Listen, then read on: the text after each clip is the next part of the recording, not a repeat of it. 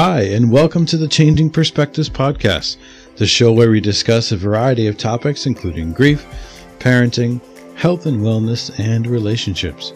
Join us and explore a number of changing perspectives. We're your hosts, Jenni and Josh Brennan. Hey, Jenni. Hello. Episode 15. Is that correct? I think that is correct. Yeah. That is correct.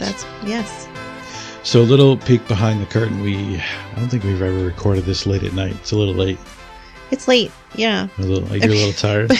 Let's be clear. We're very old. And so late is 9:30 p.m. right now. Well, it's 9:49, but that's close enough. Joining us for this episode is associate producer Jacob. Say hello, Jacob. Hi. Thanks for joining us, buddy. So this is another Myths About episode.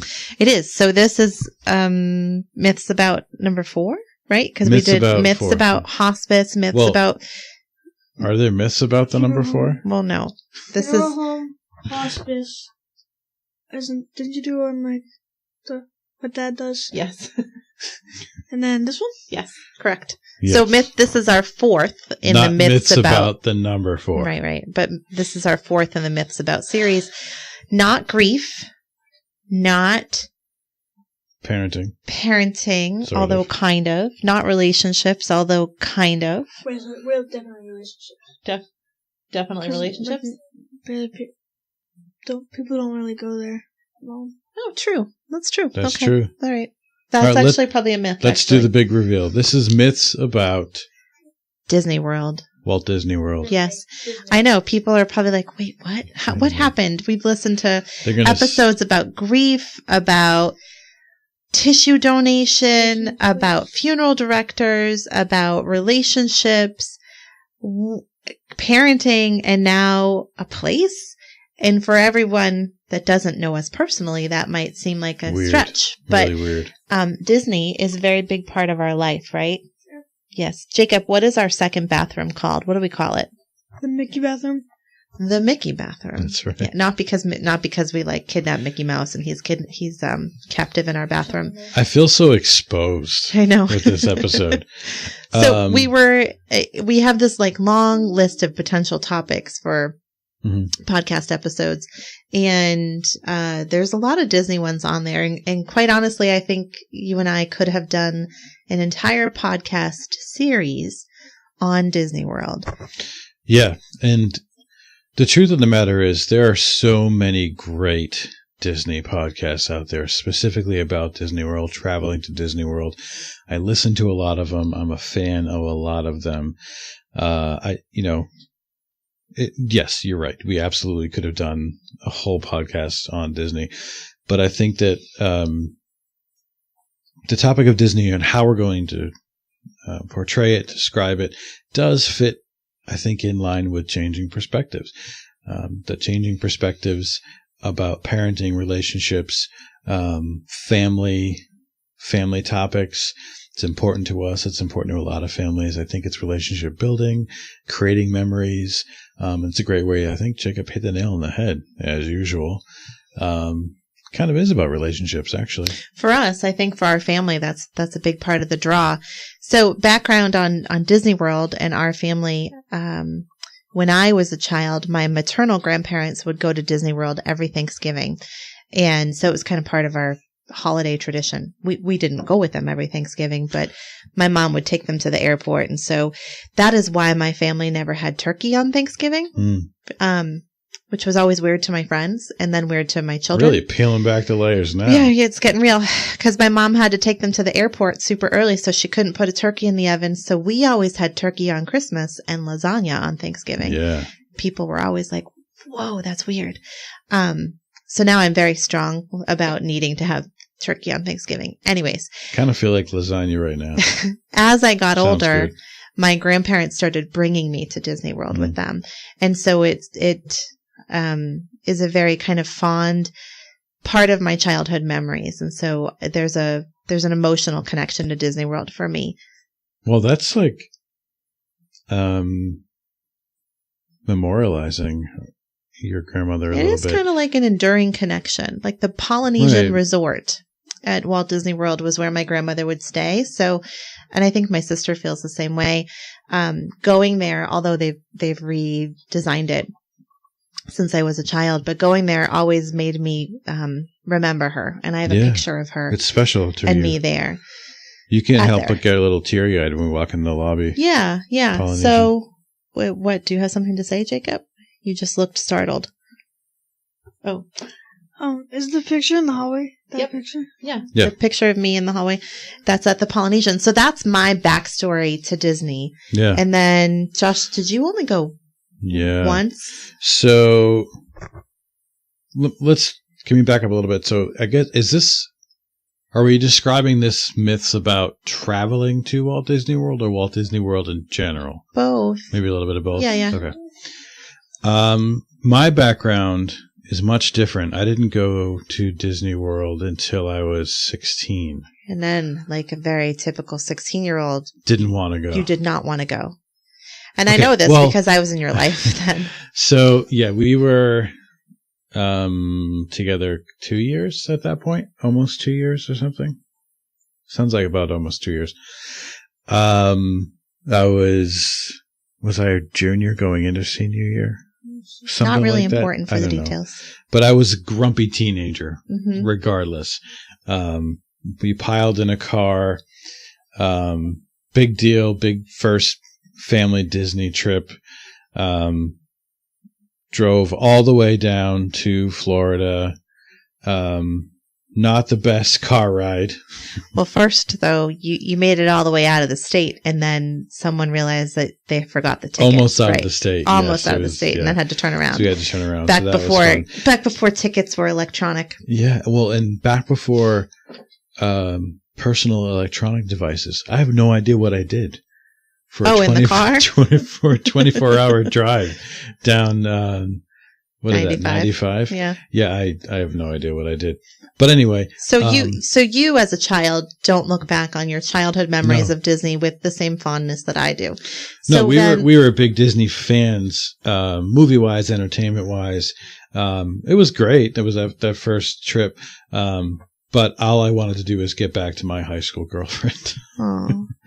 So then when we were pregnant with our first child, we went down to Disney World to visit Josh's brother, who was in the college program at that time. And I think... Shout out to who we call the Florida Brennans. The Florida Brennans. Florida Brennans.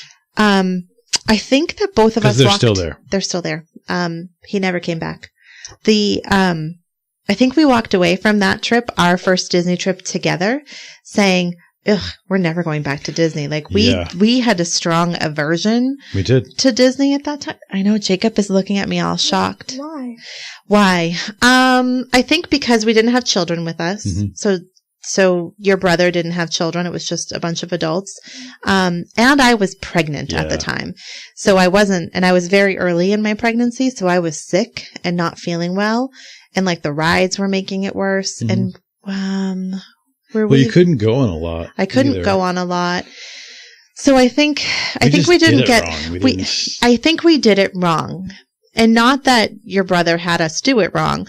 I think we didn't get to experience the magic because we were sort of there with folks who worked there and who kind of lived there. And so it wasn't the same kind of magic. But then for some reason we did, when we were pregnant with you, Jacob, went back, and our oldest was 2.5. Yeah. He was almost 3 years old. And that is when we as a family fell in love with Disney. It did. It would like, there were just moments where it clicked, and there was like, it was watching him see the magic and we saw that magic through his eyes. It was because I was your lucky charm.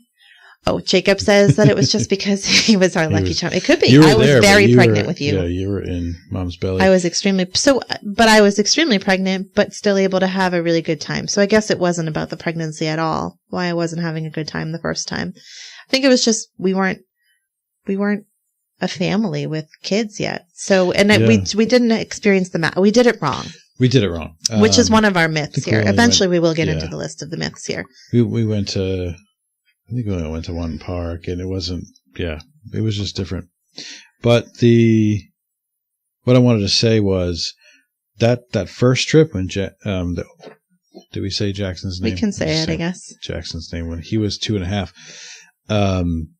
We didn't even stay on Disney property, which, as we see later, right, is what we think is an important trip element. But that particular trip we didn't. We didn't. Right. But it was still great. That's true. Yeah. And fast forward till now, 2019. I don't know, Jacob, want to venture to guess how many times we've been to Disney? Do you know how many times you've been? How many times I've been? 8-ish. I think it's more than that. Might be more. There was a period of time where we were, even though we were living in Boston, we were annual pass holders.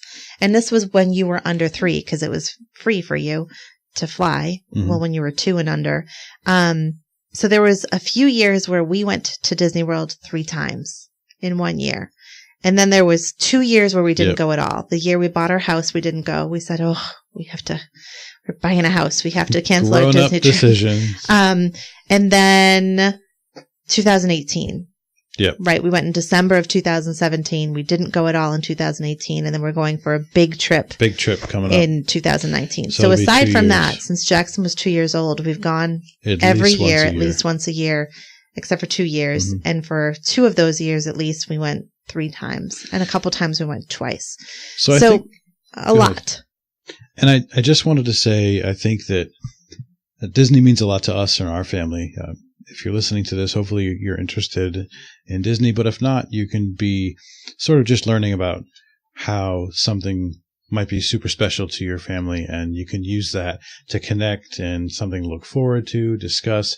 We have Disney discussions all the time as a family, and it connects us and makes us stronger as a family, I think. True. So, and sometimes when we're in the car for long trips, which are usually driving to some sporting event that one of our children is playing in, sometimes Josh will be like, can we listen to a podcast? And the podcast topic that we usually settle on as a family is a Disney podcast. Yeah. So if we're planning a Disney trip, or if we're planning, we're trying a Disney cruise for the first time in November, it's helpful to just kind of talk about it. Like, it's not necessarily that we listen to it for information. It's just to kind of talk about it because it's our family's thing. It is our special place. So we wanted to sort of explore some of the biggest Disney myths in this podcast. Yeah. And then I think if there's enough interest, we probably will do an actual episode on like Disney for Dummies, because Disney is sort of like a dirty little secret. And when you are a family that likes to go to Disney, I feel like sometimes people look down on you. Like, you should just go once and then done. Why are you going there? All sorts of negative things. Change your perspective. We're going to change. We're attempt to. And I would challenge you to lean into this topic and maybe find, if Disney's not for you and your family, find your family's Disney. Yeah, exactly. Right? Yeah. All right. So I don't have the list in front of me. I created the list with you, but I don't have it in front of me. Okay. And Jacob doesn't know what's on the list. This was last minute. He said, what are you guys doing? You're recording so late? And I was like, yeah, we're doing one on Disney. You want to do it with us? And he said, okay, don't show me the list though. Yeah. So, all right, what's myth number 1? Myth number 1 is Disney World is a park. Yeah. So how many of you out there, Jacob's laughing. How many of you out there have ever heard someone say, we're going to Disney World, and then we're going to go to Epcot, and then we're going to go to Animal Kingdom and then we're going to go to SeaWorld and Hollywood Studios. But first we're going to go to Disney World, and so my daughter can see the castle. Okay. So Jacob, why are you laughing? Who thinks that? Oh, I've heard lots of people say that. There's probably people out there right now saying, yeah, that's what it is. There is a very common misconception that the Magic Kingdom park is Disney World. But then what do they think Magic Kingdom is? Well, we're not going to be judgmental, Judgy McJudgerson now, please. I'm just being loud because the microphone's far away. That's true. Okay. What would they think Magic Kingdom would be? They call it Disney World. So, Magic Kingdom and Disney World are the same thing. Yes. Most people think that, or not most, but there are a lot of people who think when you say you're going to Disney World, what you actually mean is you're going to that park where there's the castle, and then there's also other parks there. And when people say Disney World, they're talking about that park with the castle and the other castles. Actually, Disney World is the entire park. So Disney World encompasses Magic Kingdom, Animal Kingdom, Hollywood Studios, Epcot, and all of the Disney World hotels. And what? Jacob has something else. And Disney Springs. Yeah. That's what he was going to say. And lots and lots and lots and lots and lots of acres of undeveloped land. Mm-hmm. Yes. So we have, let's take a big step back. We have Disneyland in Anaheim, California. Which we've never been to. No, that's on our Disney bucket list. Yeah, it just means being on a plane a longer time. I can't believe I'm drawing a blank on the year it opened. I think it was in the 50s. I don't know that. Anyway, Disney World is 1972, though. So Walt Disney World is Orlando. That's the Florida project. Walt's big Florida project became Walt Disney World. The first park that opened was Magic Kingdom in 1972. Which is the one with Cinderella's castle. Yes, correct. With Main Street and all that. Very similar to what you see in Disneyland, actually. Except that is Sleeping Beauty's castle. Yep. And then in 1971 is Walt Disney World. There's Disney fans out there screaming that we're going to get emails about that. I had a hat and everything. My goodness. 1971 for Walt Disney World, the Magic Kingdom. In 1982, 11 years later, Epcot opened, the experimental prototype community of tomorrow, the Epcot. And that's the big golf ball, right? Yes. The ball. What's the big shape? Sphere. That's the sphere. This is fancy. Dome. I'll look it up. I just call it the dome. Golf ball. And yes. one of my that's what you're. So one of my favorite videos of Jackson is when he had his little speech delay still, when he was not quite 3 years old. It was our first trip there, and we were eating at what is now a Starbucks at Epcot, but used to be an ice cream shop. Edie's. And we had just gone in the ride in Epcot. Some people don't know that there was actually a ride in the ball. That was in my Epcot. little sub-myth I was going to drop on everybody. We asked him to say what he just went on, and he said the ball. And he made the circular motion in the air, the ball. Yes. So that ride, because of that moment. Yeah, it's so special. The four of us love that ride, which is, I guess, for a lot of people, super boring, but we have to go on it every time. It's one of those ones we can never miss, and it's a very kind of emotional thing for us. So that's why I think Disney has become special for us, is because we have allowed ourselves to just lean into the moments there that are special, and then we keep wanting to go back for that. And that's what it is. It's really the connection that the four of us have. Right. Go ahead. Oh, and when we were going to one of the sporting events, Dad put on a podcast, and it was like a Would You Rather for Disney. Yes. And there was Would You Rather take away Cinderella's castle or the ball, and we all chose the castle. That's right. We all did choose the castle. We are much less so it's not emotionally the ball, tied right? to the It's Spaceship Earth. No, it's the ball. It's ball. The actual. So it is a ride. If you didn't know that, it's not just a fancy structure or a monument. It's called Spaceship Earth. It's called Spaceship Earth. Yes. It's one of Disney's dark rides. It's an enclosed. It's slow moving. It takes you through. It's called dark because there's not lights on in it, not because it's dark. Yeah. That's a common Disney phrase, dark ride. That's true. It's animatronic based, slow moving. Ride through human history. It's really quite interesting and fun, but it means a whole heck of a lot to our family. It does sort of stop in like 1992, which is why they're going to. There's really nothing beyond the history. You mean it stops? Like it goes through time. I think that's like. And then computers are invented essentially, and then it stops. Yeah, so it is going to be going under for a big refurb. I think right after we go. That's right. They're closing it down. Yeah. They're changing it. It's gone through a lot of changes. It was there in 1982 when Epcot opened. Yeah. So we're getting into the weeds here. We are, but that's going to happen in this episode. All right. So that was myth number one. So hold on. We haven't gone through. So we've got 1989. Oh, I don't know MGM Studios opened. That's now called Disney's Hollywood Studios. Right. That's like the movie-based theme park.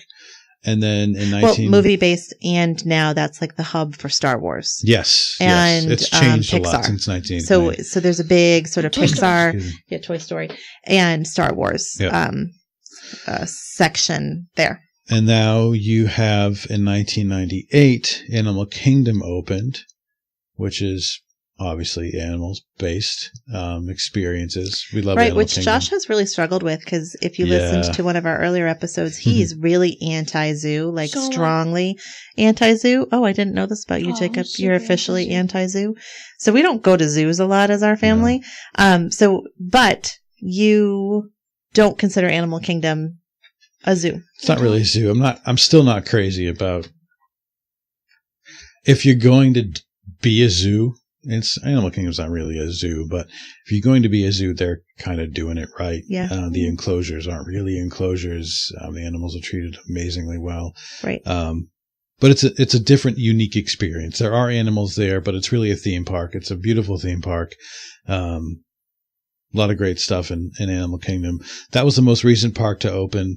But there's 4 parks in total. I don't even know how many hotels. And you've got the monorail, thousands, I feel like thousands of restaurants, all kinds of different theater shows. So that is Disney World. All that together. It is. And I just want to say, you said theme. Thinking about Animal Kingdom, as people that have been to Africa. So Josh and I have spent time in Kenya and Tanzania and South Africa. That's the first time that that might be a different episode. The first time that we were in Animal Kingdom, there is, a strong sort of African vibe there, and actually they really they're Imagineers, right? Is that a term? Really kind of went to Africa, and they wanted to make it really authentic, and it really does feel like like a Kenyan marketplace. That's like the really, Harambe village, area. It really. It's the theming, not just at that park, but throughout Disney World, is really incredible. They do a really great job with that, whether it's at a restaurant or a hotel or a park. Yes, Jacob has his hand raised. And can I bring it back to Epcot real quick? Sure. And like whenever people think of Epcot, if they know what Epcot is, they'll think of Spaceship Earth. Yes.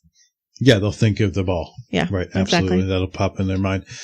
And we can't forget the other side of Epcot, which is the World Showcase, which is a whole other thing altogether. Not future-based, not sci-fi based, totally an exploration through different world cultures. Yeah, it's my favorite. A lot of fun. Yeah, I love World Showcase. Oh, it used to be our favorite. My favorite is Space Mountain. Space Mountain is your favorite? It always has been. Okay. You mean, so ride-wise, that's your favorite? Okay. All right. The other thing I wanted to say real quick on Myth 1 is that SeaWorld and Universal are not Disney. Oh, yes. Yes. A lot of people say that I'm going to Disney. We're going to do Disney World on Monday, Epcot on Tuesday, Hollywood Studios on Wednesday, SeaWorld on Thursday. I don't think anyone thinks Universal is the same as Disney, but SeaWorld is not. They used to be affiliated, though, I feel like. Because I feel like there used to be like a package. Isn't it in Florida?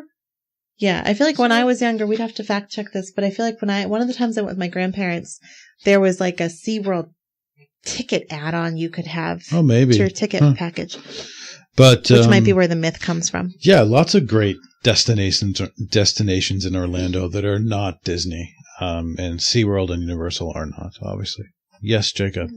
Lots of hand raising. I think theoretically you're also opposed to SeaWorld, right, Josh? Oh, yeah. Oh, okay. Sorry. Absolutely. Okay. You just called it a great destination, which doesn't I said really lots of great destinations. Like SeaWorld. Did I really? I think so. Ooh. Okay. I was confused. Yeah. Leave the animals in their natural places, please. I only know like 3 parks in Florida, which is all Disney, Universal Studios, and Legoland. Oh, right, Legoland. Mm-hmm. Yep, that's true. We've never been there. Okay, what's myth number 2? Myth number 2 is Disney World is just for kids. Right. So we said that when we went as adults by ourselves, we didn't like it.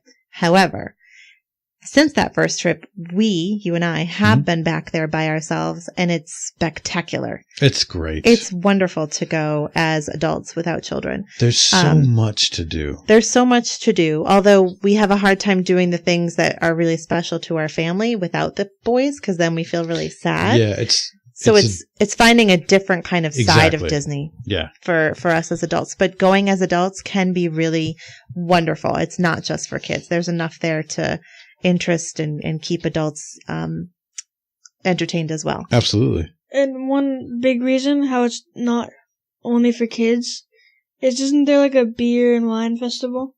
Well, there's a food and wine festival. Food and wine yes, festival. but that does have beer and wine festival sounds great. Yeah, and actually the food and wine festival we all really like, because you get to try little bits of food from all around the world showcase. And all different sorts of like beer and stuff. There's all kinds of different events and activities that are more geared towards adults throughout the whole year. Food and Wine has a bunch of these sub little events like these cooking classes. Right. All kinds of stuff throughout the year. So Disney World is not just for kids. There's so many amazing like fine dining restaurants and bars and experiences, shows that are more geared towards adults or teens. And I think we see a lot of adults there who are very much into the Disney things. Like they'll wait in line for hours to get their pictures taken with characters. We don't do that. We won't do that. But there's still lots of, so even if you're someone who's not crazy about characters, you're not there to see the characters, you just are going for some rides and kind of the experience, it's still a great place to go as a couple. Yeah. Or, as like a trip with friends. Yeah, a group of couples. Yeah. Or individuals. And when we're preparing for a Disney trip, we'll watch a bunch of YouTube videos on it. And most of them, and one that we watch a lot, which is Tim Tracker. Like, he and his wife will it'll just be them go, and you could tell that they're having a great time. Yeah, that's true. Yeah, there's lots of people that really, really love Disney, and they don't have children, or they don't bring their children. So it is indeed not just a park, a place for children. And good shouting out Tim Tracker, great Disney vlogger. Lots of great Disney vlogs out there. Check out YouTube. Lots of great podcasts as well. But I wanted to add on to this myth. There's another myth out there that is it's only, as far as kids, only the older kids will enjoy Disney, and that's not correct either. Yeah. So I have heard a lot of people say they're too young for Disney. Yes. Yeah. He's raising his hand again. Oh, and I remember when I was younger, there was a show, and everybody had to sit down on the floor, and it was like Disney Juniors. This is Disney Junior Live at Hollywood Studios, and it's Mickey's Clubhouse, all the like Winnie's birthday party. Disney. It was a birthday. All that. Minnie. You're looking at me all confused, Josh. Do you remember the name of it? It's like he wasn't there. Mickey's Playhouse, Clubhouse. Yeah. Disney Junior. It's all the Disney Junior stuff. Sorry. We've been away from that for a long time. So yes, we have not been in that realm of Disney for a while. But yes, continue. It was a live show with like live animatronics and puppets, and you sit on the floor. And then what were you going to say? About? And there's a bunch of other shows like that in Disney. There's a bunch of what? Other shows like that in Disney. Other shows like that are really geared to specifically towards like the younger kids. Right. So back to what you were saying. A lot of people say, "Oh, they're too young for Disney," and it is true if we think about kids' cognitive development. Like Jacob doesn't remember his first trip when he was a year and a half, but he does. We do remember, and we have pictures of that. And as a family, it still was fun. Mm-hmm. So yeah, he doesn't remember it, and I understand it can be costly to spend that money on a family trip. But kids under 3 are free. True, and you'd probably be taking them somewhere else instead. So the point is, you can still go. Actually, he wasn't a year and a half old his first time. He was 8 months old, and I remember I was still nursing And so a lot of it was like me going off with him. They have family centers at each of the parks, which are like air conditioned with rocking chairs and really great. They really do cater towards families with kids of all ages. But they also have rider swap. Oh, that's true too. Explain what that is, Jenni. Oh boy, can you put your hand down, Jacob? It's distracting. Thank you. We'll get to you. See you. We'll get to you. You're here. We know you're here. I won't call on anybody else. Rider swap. So for instance, when it was the four of us and you and me and Jackson were all tall enough to ride a ride, but Jacob wasn't, you could go on with Jackson. Like we'd all go over to the little ride person and say we want to do a rider swap because we have a baby that can't go on, and they would give us a ticket. So you'd get to go on with Jackson, and then you'd come off, and then I'd get my ticket and I'd get to go on with Jackson. So we'd sort of swap so that someone would always be with the little guy, the little person. Yes. Okay. So two things.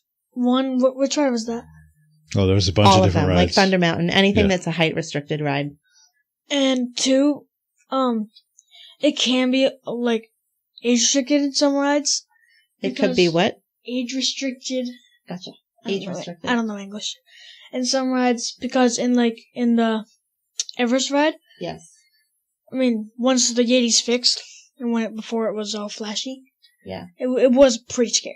True. But yeah, so some of the rides in Disney have age restriction or height restrictions. So you have to be a certain height so that safety wise, you won't fall off. And then also some of them can be a little scary. The only ride we ever had to evacuate two rides. One, and it was both with the same child, and I won't name which child it was, but one was on a Stitch ride, which I don't think is really there anymore. It was an alien adventure. It was pretty creepy. Escape. It was like you were getting locked in a spaceship and it was being taken over. And so he wanted to get off, and so we had to ask a cast member to let us off, and he did. It was fine. And then right as we were about to get on Rock and Roller Coaster, like our car was there, we were about to get in, he sort of freaked out about it. And so we had to leave that. So that's also a possibility. Now it's fine. But yes, to your point, Jacob, some of them can be quite thrilling, and you're not there yet. Right. So, but they have rider swap. So the point is, Disney World is not just for kids. Adults enjoy it just as much and differently. There's so many great things for adults, but also little kids are okay to go to. Right, absolutely. Yeah. There's lots of shady spots and places to cool down. You can go back to the hotel. Shady, creepy. Right? No, not shady, creepy. Like spots under with shade, so you don't get sunburned. Yes. And this doesn't matter what age your kids are. You can bring them, but it matters if you do Disney right. If you bring them to places that they shouldn't be, that are too mature for them, too immature for them, then you won't have a good time. That's a really good point, Jacob. So I think one of the most important things that folks need to know about Disney, if you're thinking about going to Disney World, is you can't just do it commando. You've got to, and I say that because that's a term, Disney people say that, you can't do it commando. You actually have to plan. And our lives are so planned, so scheduled that when we go away on vacation, we like to do the opposite and not have a plan, but you do need a sort of semi-structured plan. You need to know what the rides are. You need to know what you want to do. You need to know what your kids are able to do. You need to know which rides are potentially going to have the longest waits and whether or not you feel like waiting for those.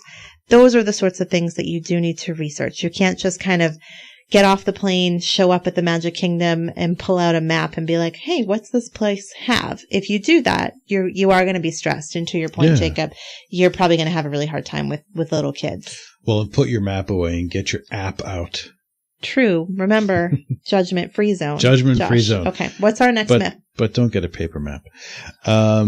Next myth is we've sort of alluded to this so far, but the next myth is it's just an amusement park. It has nothing but rides. Right. No. And I think some of my favorite Disney parks memories are not the rides. Yeah. It's kind of like the meals that we have, or the sitting and waiting for a parade, or watching the parade, or just kind of walking around World Showcase, or Jacob said the pools. Yeah. The time at the hotels, or, the time just, kind of sitting on a bench, like eating an ice cream.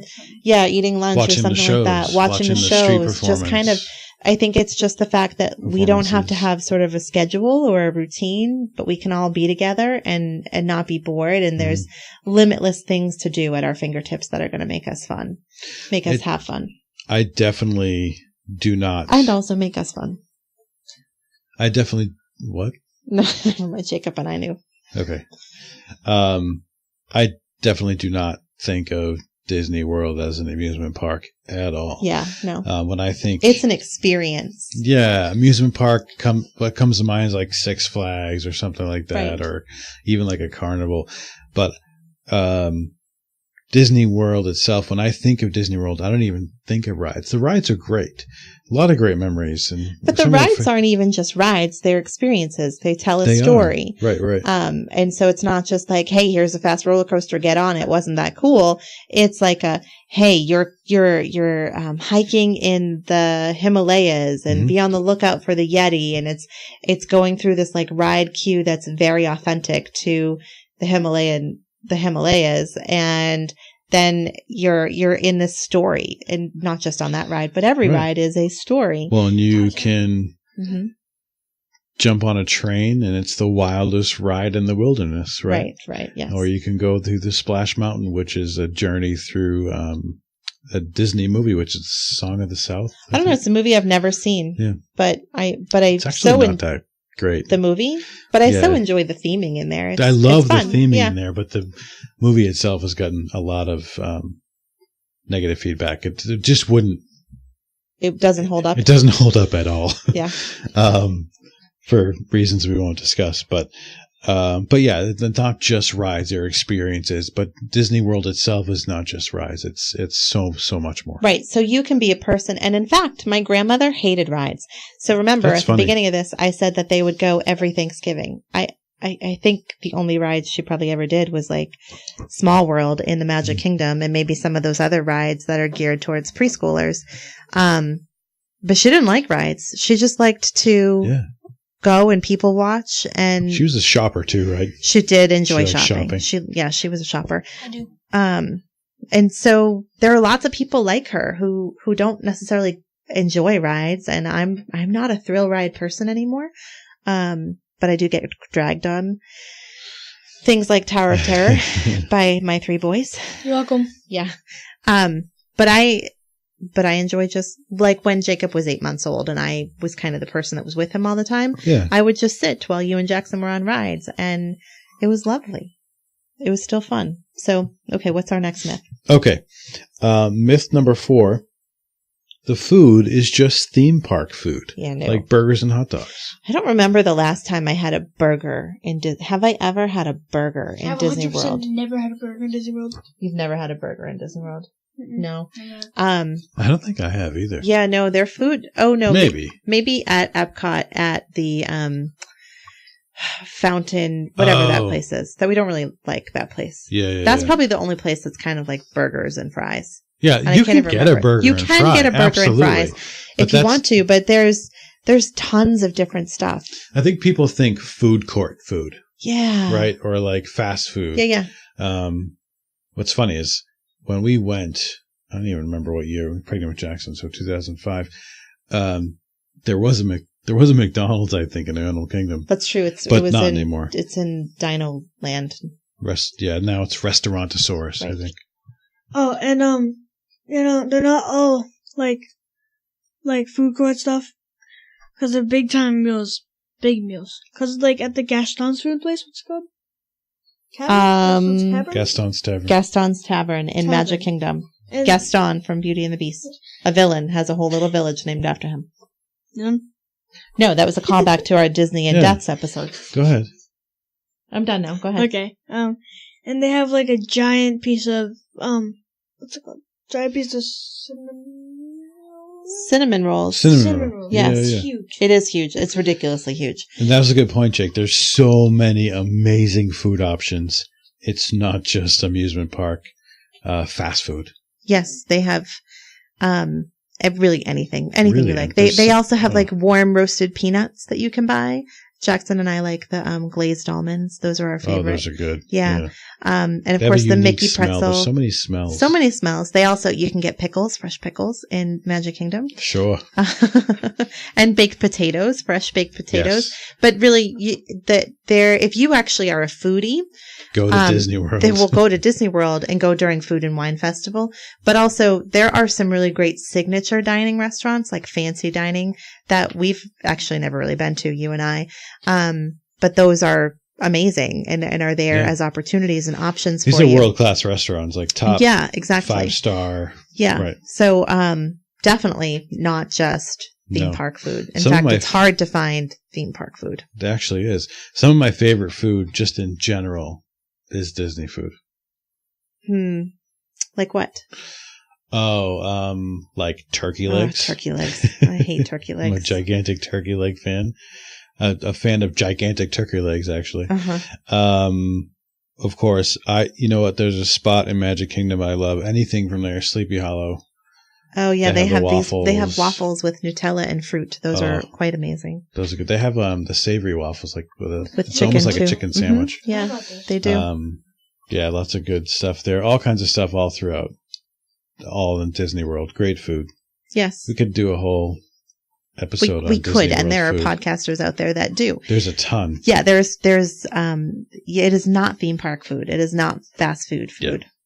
Okay, what is our next myth? Okay, myth number 5 is staying off property is better. So explain that, Jenni. So you can stay on Disney property, which means that you will have access to a few things.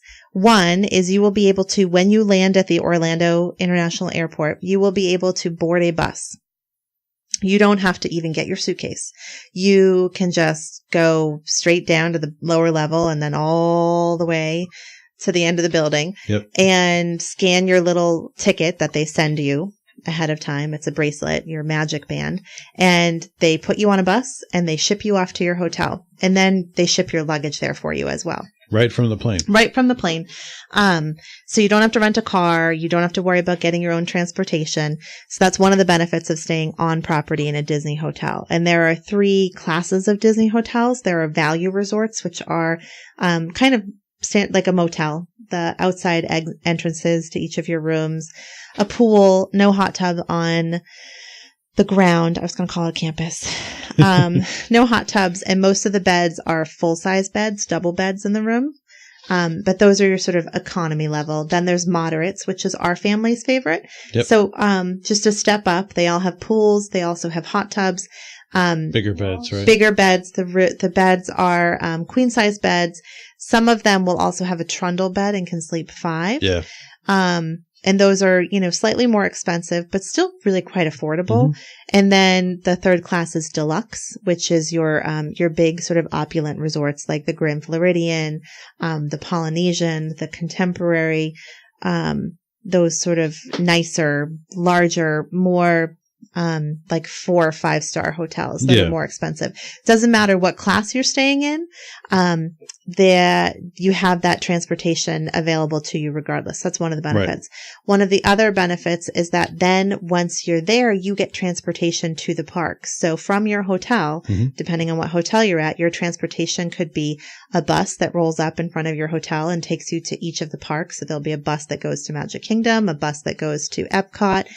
We forgot to say that there are also 2 water parks in Disney, because we don't usually go to the water parks when we go. No. It could we're be. We're a fan of them. We are. We just usually go during times a little of the bit year cooler, that it's colder. Yeah. So it could be a bus that's your transportation, or it could be a monorail if you are staying in a couple of resorts that are on the monorail. Or now, within the next few months, they are opening the what do they call it? Dreamliners, Skyliners, essentially like gondolas. Yeah. That are going to transport you. So those are your transportation options. There's boat too. Oh, and boat. That's right. I knew I was forgetting something. Boat transportation. So all of that's included if you stay on property. Additionally, if you stay on property, you can make your fast pass reservations. So your dining reservations, at the restaurants, and your sort of reservations for rides. you can make those earlier than other people if you're staying on property. Exactly. So that when we say on property, that's what that means. The alternative to staying on Actually, property. on Disney World property. On Disney World property. The alternative is, well, anything. You could stay at a non-Disney hotel somewhere. You could rent an Airbnb. You could stay at like a condo. You could have your own timeshare. All of that is great. And people tend to like that because those options give them more space in their hotel. So it gives them like maybe a suite with 2 bathrooms and 2 bedrooms and a kitchen. Well, our first trip, when Jackson was 2.5, we stayed at a resort, non-Disney resort, but it was a suite. We had a 3 rooms, I think. Yeah, and we've done that another time whatnot. too. When we went with your family, we stayed at a timeshare. Yes, correct. So those require that you have to rent a car, or I guess now with Lyft and Uber, you could Lyft and Uber. Right. But so those are the differences. So we as a family prefer staying on property because it's easier. We don't have to worry about transportation from the airport. We tend to be hotel snobs generally when we travel. Yeah. But we're okay with the smaller rooms because your Disney hotels are going to be smaller rooms a little bit than non-Disney hotels. We spend 0 time in our rooms at Disney. Very little. There are nighttime shows. We're up early. We're out in the park. If we come back to the hotel, it's to change and to go swim. Right. So for us, the room size doesn't really matter. What matters is ease. Ease of going to a park and being able to leave it and come back to the hotel, right. or leave and go to another park. So for us, that ease of transportation makes it easier for us. Well, I'm gonna bring up myth number 6 right now, real quick, because it ties directly into this last one. In the myth number 6 is you need to rent a car. Right. If you're staying on property, you don't. You don't. And we find that it's easier to not have to worry about having a rental car at all. Right, because driving in Florida is not fun. No offense, not. Florida, but it's not fun.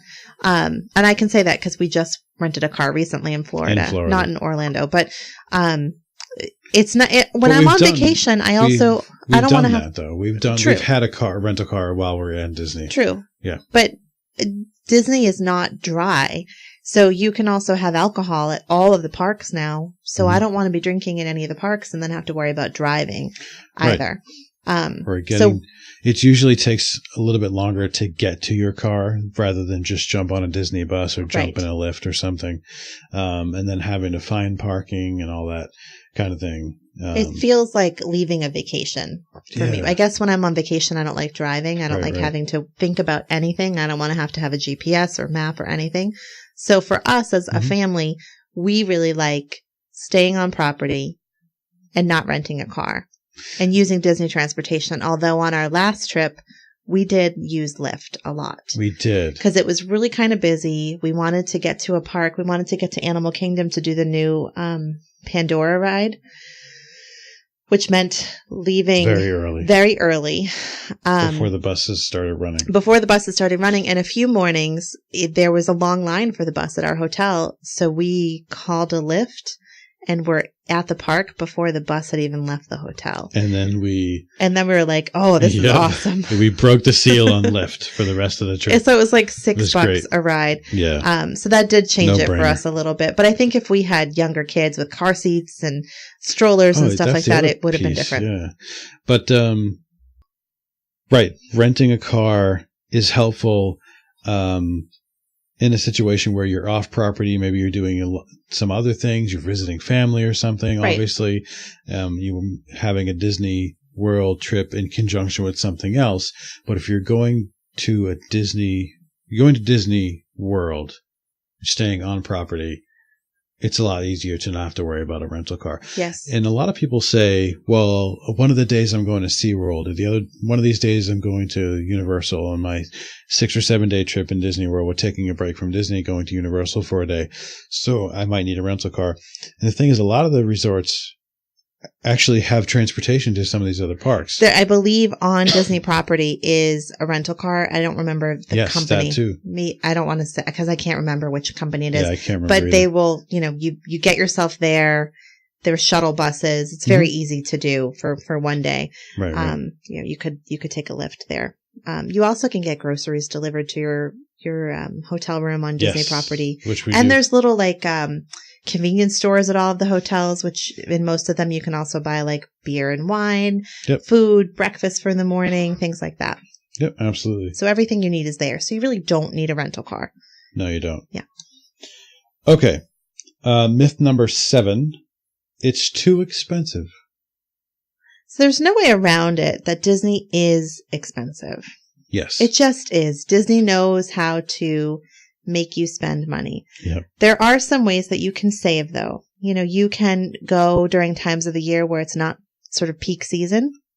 Right. Like, don't go during the summer. Don't go during school vacations. Yeah. Don't go during holidays. Those are going to be more crowded and they're going to be more expensive. Well, you can Google something called Disney crowd calendars. You can also look at Disney's pricing because they now have different pricing during the year depending on when you're going. So one way to save money is to not go during an expensive time of the year.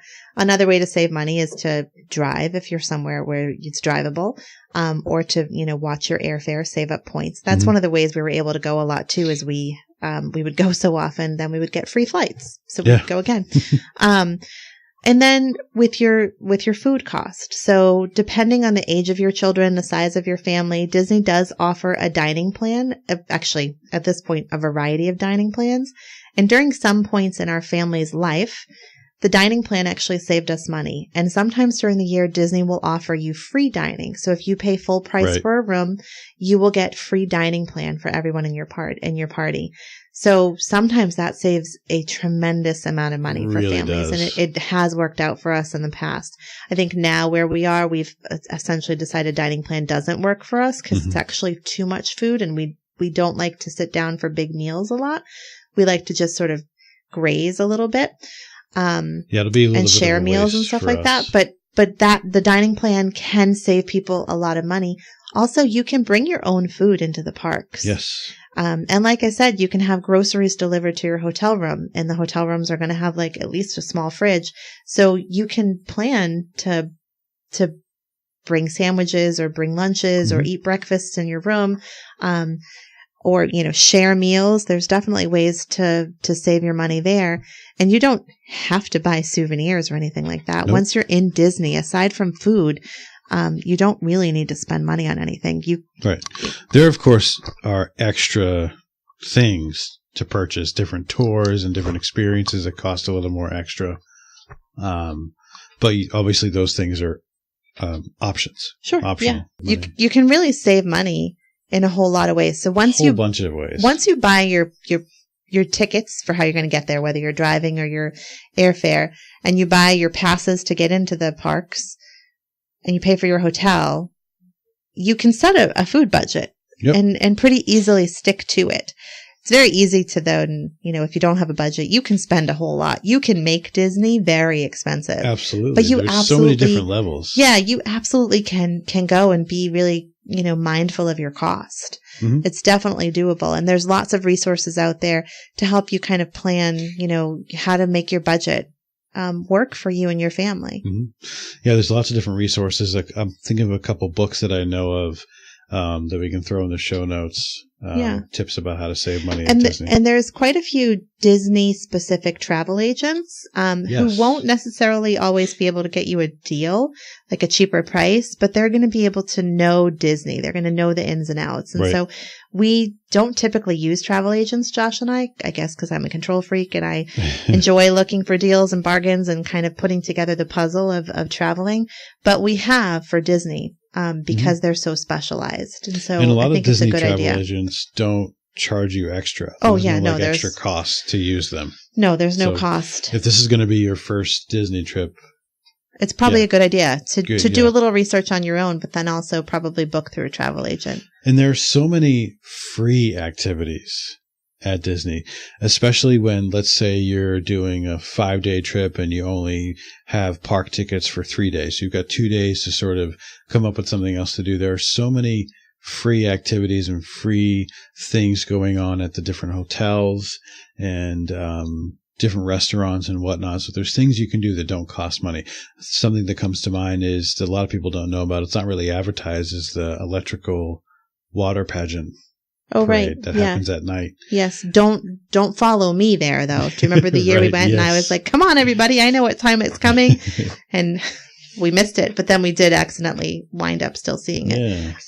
Accidentally. We really did accidentally see it. We were like, oh, there it is. We are going to see it. Yeah. And double check your time, guides. People. We can, if we do end up doing another deeper dive Disney, we can talk about tips. But speaking about money, things that come to mind are, Disney you can get a cup of water for free. You don't have to pay you don't have to go pay for a bottle of water. You can go up to any counter and ask for a cup of ice with water. There's something in Epcot called Club Cool where you could go get a bunch of different types of sodas from around the world for free. You can get samples. Right. You can spend a little bit of time in there and have a few of them and sort of quench your thirst a little bit. Something else that comes to mind is adults actually can order quick service kids meals. Right. You don't have to be a kid to order a kids meal. Right. You want to save a little bit of money. You don't want to eat that much food. Order a kids meal. Yeah. And you can split meals too. Yes. And also a lot of the hotels have, not really, I don't want to call them rec rooms, although a lot of the hotels have arcades, which obviously are not free, but that's kind those cost money. Those do cost money. But they have, like just sort of lounge areas where, I guess there can be like bar service, but also they'll have board games and stuff like that. They'll have televisions. They'll have an event schedule, an activity schedule. The hotels have activity staff. So if you're going to spend 2 whole days at the hotel, that's cool. You're going to have lots of events and activities going on for the kids, some indoors, some outdoors. You're going to be well entertained. There's lots of stuff to do. And there's Disney Springs, which is this ginormous sort of outdoor shopping entertainment district where there's a restaurant, there's dining, but there's always like street performers on there, and there's tons of cool shops to just walk through. It's really fun. So yeah, to your point, there's definitely lots of stuff that you don't have to pay for. So, I mean, you could theoretically go to Disney World, stay at a hotel, and never actually set foot in a park and have a really nice vacation. For sure. Yeah, absolutely. All right. Was that all of our myths? No, we have one more. Oh. What could it be? You can do it in a day. Oh. That's myth number 8. So you can, though. You can. We did it, right? Was there one day we did all 4 parks? I think there was. Yeah. We did. We mapped out perfectly too. So we did on our most recent trip, right? Mm-hmm. But that required having very mobile children who can walk fast and don't need naps. Or strollers. It took us like 12 years of Disney trips to get to this point. Yeah. It meant getting up at 5 a.m. and being in line for the first park to open. Animal Kingdom, was it? It was Animal Kingdom. And then park hopping. So you can add on to your ticket. Each of you can add on to your ticket, and that gives you privileges of being able to go from one park to another as many times as you want during the day. Mm-hmm. So we left that park. I think we took a bus to go to another park, and then I think we ended up taking a boat to one, and then we ended up needing a lift because I think there was a medical emergency. I remember this. Yes, there was a medical emergency, and so the boats weren't running, and so we needed to take a lift. But we did it. We went to all 4 parks in one day. Now, did we get to Did we end in Hollywood Studios looking at fireworks? We did. Yeah, we watched we met up with some friends of ours. Yeah. We saw one of the nighttime shows. So that was a marathon day for us. Yeah. Your mileage may vary, and you can't really do that. We definitely couldn't do that when our kids were like younger. No. We did do it almost. I think we did 3 parks in one day, our first trip with Jackson. Yes. Because he was in a stroller. And he napped, and we used the monorail, so we didn't have to fold up the stroller. Yeah. So we were able to sort of quickly move around. So with a young child, we were able to do 3 parks in one day. With older children, we were able to do all 4. So you can go to all 4 parks in a day, but that means we did maybe 1 ride in each of those, like had a snack, kind of walked around. You definitely cannot do all of the big rides in one day. You definitely need some more time there. Absolutely. And to cover all of Disney, like you said, you're going to need to do more rides and attractions than just one in every park. Right, exactly. Right. And plus, you have to go to Disney Springs and go to like at least 2 of the stores. 2 stores. Yeah, I guess if you're going to say you did it all, that would have to include Disney Springs. So but when we go interesting. now, I guess the strategy, but I think we need to do a different episode for strategies, is that when we go, we don't go with the intent of riding everything. We usually say to each of us, what's your one must do for each park? Right. And oftentimes it overlaps. So maybe that means we have 2 must do's as a family for Epcot and 2 for Magic Kingdom and maybe 3 for Animal Kingdom. Those are our priorities, and we center everything kind of around those. And then anything else that we get to do is icing on the cake. And we get to do a whole lot of other stuff, but we know we're not going to do every ride, every trip. We're not going to do every restaurant, every trip. We're not going to do all of the things we love every trip, but we're going to do the ones we love the most. And maybe we're going to find some new stuff too. And that's what keeps us going back, because it's always a different trip. One of my must-dos is almost always includes food. So basically, you can't do it all in a day. No. You cannot do it all in a day. Right? No, but and I think in the 12 years, 13 years, how long did you say we've been going? Well, I don't know. Jackson's 13, so he was 2.5, so 11? Almost 12 years of going. We still haven't done it all. Yeah, there's some stuff we haven't done. There's still things we haven't done. And Disney is always evolving. So they're always adding new rides, adding new restaurants, adding new hotels, changing, sometimes for the good and sometimes for the worse. Frozen ride. I love the Frozen ride. I miss the Maelstrom. Of course. Yeah. Yeah. Of course. And that Jacob is now done, because the ride in the Norway Pavilion in Epcot was our favorite, the Maelstrom. Really was. And I miss Maelstrom a lot. Of course, after Frozen, there was a big, push for something with Anna and Elsa, and they did a lovely job with it. But that's an example of, Disney sort of reimagined things. And sometimes when they reimagine things, they take away the things you love. So that's why those things you really love, you need to make sure you do when you go, because they might not be there the next time. We have significant attachment to Maelstrom, and I have some grief around now the missing Maelstrom. Right, because you remember that if you are attached to something, then when you lose it, it doesn't have to be a death. Full circle. Grief. That's right, Jacob. Yes, exactly. You know that the nighttime show at Epcot is going to be gone when we go back. I thought we were going to get to see it one more time. Illuminations is no more, so we will never see Illuminations, the nighttime show at Epcot again. See, a little sad about that.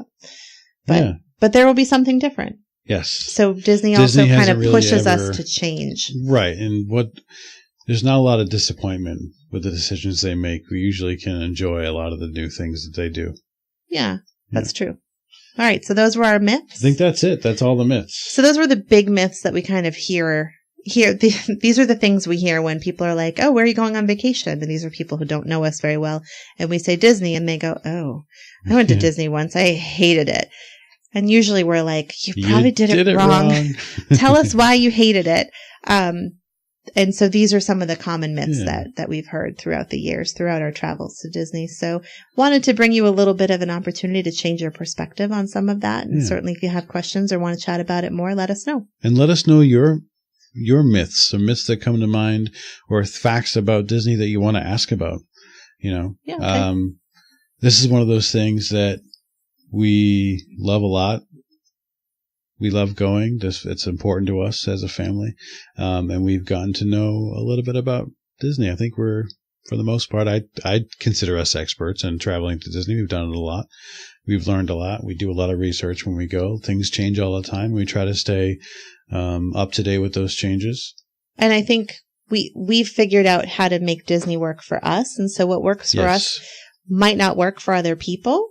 But I think what we've tried to highlight with these myths are the things that are truly myths and are not really real. And then, within that sort of space, you can figure out what works for your family. Yeah. So go ahead and lean into finding your family's Disney. Oh, I like that. Okay. Yeah. Jacob, do you have any final thoughts on this episode? No. No. Okay, well, thank you for being with us. As we talked you're a about trooper. Disney. It is late, and you stayed up with us and gave your input, and we appreciate it, man. Thank you. All right. So that is going to do it for today. Thank you guys so much for listening. Jenni, do you have any final thoughts? I don't, except now I really want to book our Disney trip is booked. Actually, in just a few weeks, we get to book our dining because we'll be in our 6-month window, so we can book our dining reservations. This is we love talking about Disney, and hopefully maybe we will do another Disney episode. Mm-hmm. Yeah. Great. But you can learn more on this topic, oh my goodness, by going to so many different online resources. There is a handful of websites that I want to share real quick. OrlandoVacation.com, DisneyTouristBlog.com, HowToDisney.com, Guide to WDW.com, mousehacking.com, DisneyTouristBlog.com. That's a good one. And I know that there's a great book that is published. I think it's yearly. It's the Unofficial Guide to Walt Disney World. That is great. You can get that on Amazon, I think. But yeah, lots of great resources out there. Check out a Disney podcast. There's so many great ones. And I think that's pretty much it.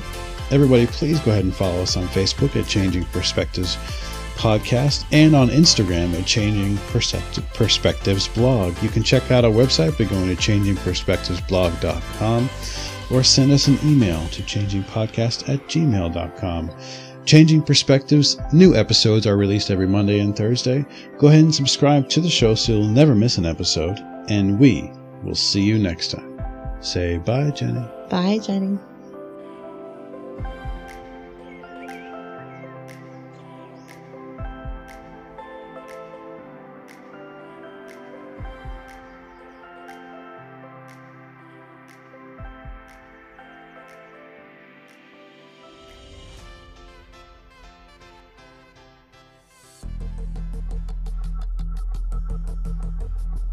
We are what we repeatedly do. Excellence, then, is not an act, but a habit. My name is Taylor Eland, and I host a show called Just Think, where I look into philosophy, theology, and other scientific ologies to figure out the underlying workings of an argument. If you would like to learn something new every week while getting both sides of a theory, go ahead and check us out on iTunes, Spotify, Google Play Music, and Google Podcasts, along with various other networks on Sundays. Hello, listeners. This is Chris from the Super Like Me podcast, a dating podcast, a life podcast, most importantly, a failure podcast. Oh my God. This podcast is all about my dating failures and all the absolute crazy stuff that I've went through in 38 years of my life. You can check me out at anchor.fm/superlikeme. That's anchor.fm/superlikeme, or a simple search on iTunes, Spotify, Google, Stitcher, Super Like Me podcast. The Changing Perspectives podcast is produced, recorded, and edited by Disney Bird Studios, Whitman, Massachusetts. Visit Disney Bird Studios on Facebook, facebook.com/DisneyBirdStudios.